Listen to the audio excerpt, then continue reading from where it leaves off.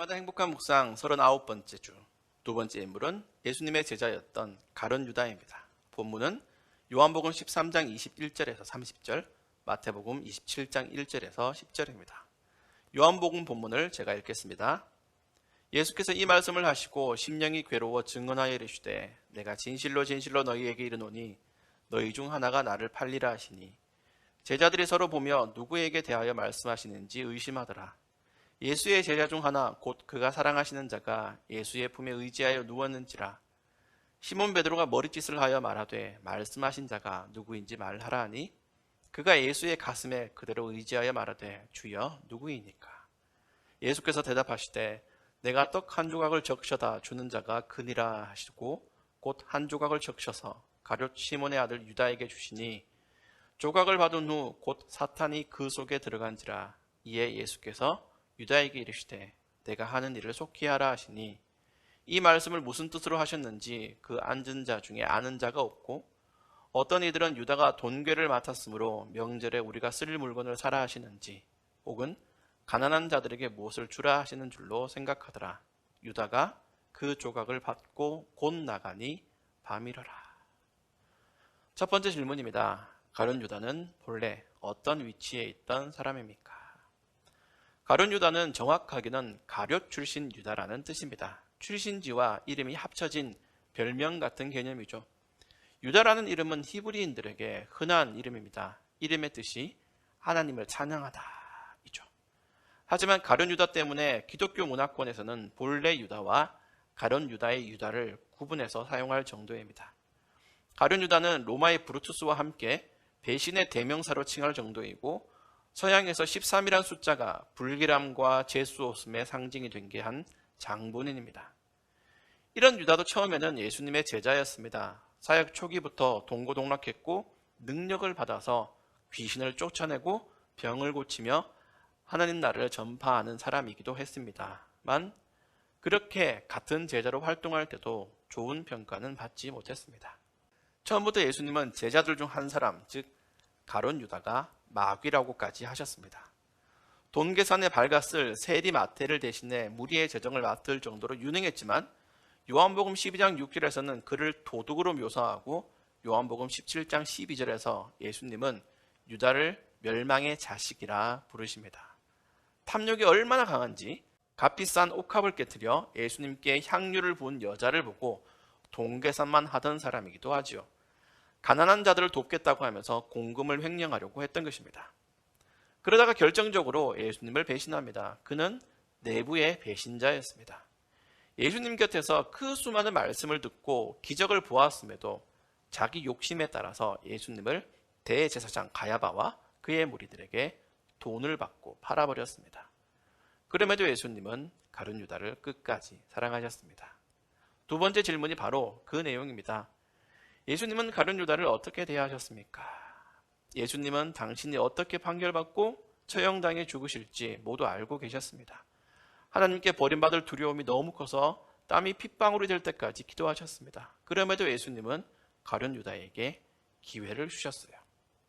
6월절 식사 자리에서 예수님은 너희 중 하나가 나를 팔리라고 하시면서 가룟 유다에게 떡 한 조각을 소스에 찍어 내미십니다.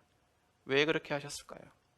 유다가 돌이켜 회개할 것을 요청하신 것입니다. 예수님은 심히 괴로워하시면서 한 제자의 배신을 말씀하셨지만 유다는 시치미를 뗍니다.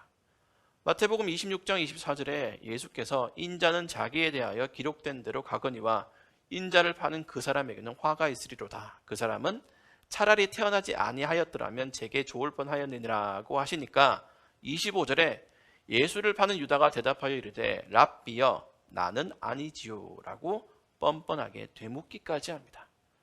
그런 자에게도 기회를 주셨지만 가룟 유다는 호의의 떡 조각을 받고 곧 나가니 밤이러라고 성경이 묘사합니다.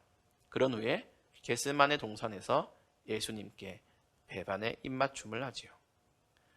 세 번째 질문입니다. 성경은 가룟 유다의 최후를 어떻게 묘사합니까? 가룟 유다는 예수님을 가야바 무리에게 팔아버린 후에 즉시 후회합니다. 자신의 배신을 물리자고 합니다. 잘못을 대제사장들과 장로들에게 전가시키려고 했습니다. 이 장면이 그가 회개하지 않고 후회만 했다는 증거입니다. 진짜 회개를 하려면 기도를 해야죠. 단지 일 처리만 잘해서 책임을 모면하려는 생각에 대제사장들을 찾아간 것입니다.